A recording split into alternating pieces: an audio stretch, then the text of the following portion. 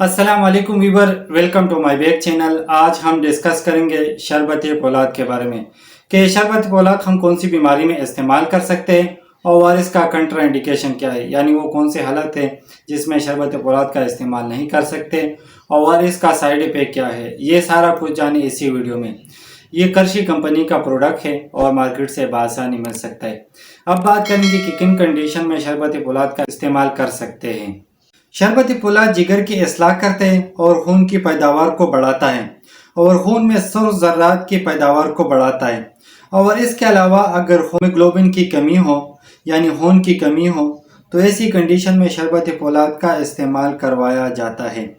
और इसके अलावा जो ख़वातीन हामला हो उनको अक्सर खून की कमी होती है तो ऐसी कंडीशन में शरबत पोलाद का इस्तेमाल मुफीद है। और इसके अलावा अगर जिस्मानी कमज़ोरी हो और इसके अलावा बच्चों को नशोनुमा के लिए मुफीद है। और इसके अलावा जिनको मुहाफ़िज़ा कमज़ोर हो तो ऐसी कंडीशन में शरबत पोलाद का इस्तेमाल करवाया जाता है। और इसके अलावा शरबत पोलाद का काम ये होता है कि ये जिगर को ताकत देती है और इसके अलावा इसकी फंक्शन को मौसर बनाती है, यानी असर करवाने वाला बनाते हैं। और इसके अलावा चेहरे के पीलेपन को ख़त्म करती है और चेहरे में एक कुदरती सुर्खी आ जाती है, क्योंकि चेहरे का पीलापन खून की कमी की वजह से होती है। और इसके अलावा तमाम जिस्मानी कमज़ोरी को ख़त्म करती है, यानी थकावट महसूस हो रहा हो और पट्टों में दर्द हो तो ऐसी कंडीशन में शरबत पोलाद का इस्तेमाल किया जाता है।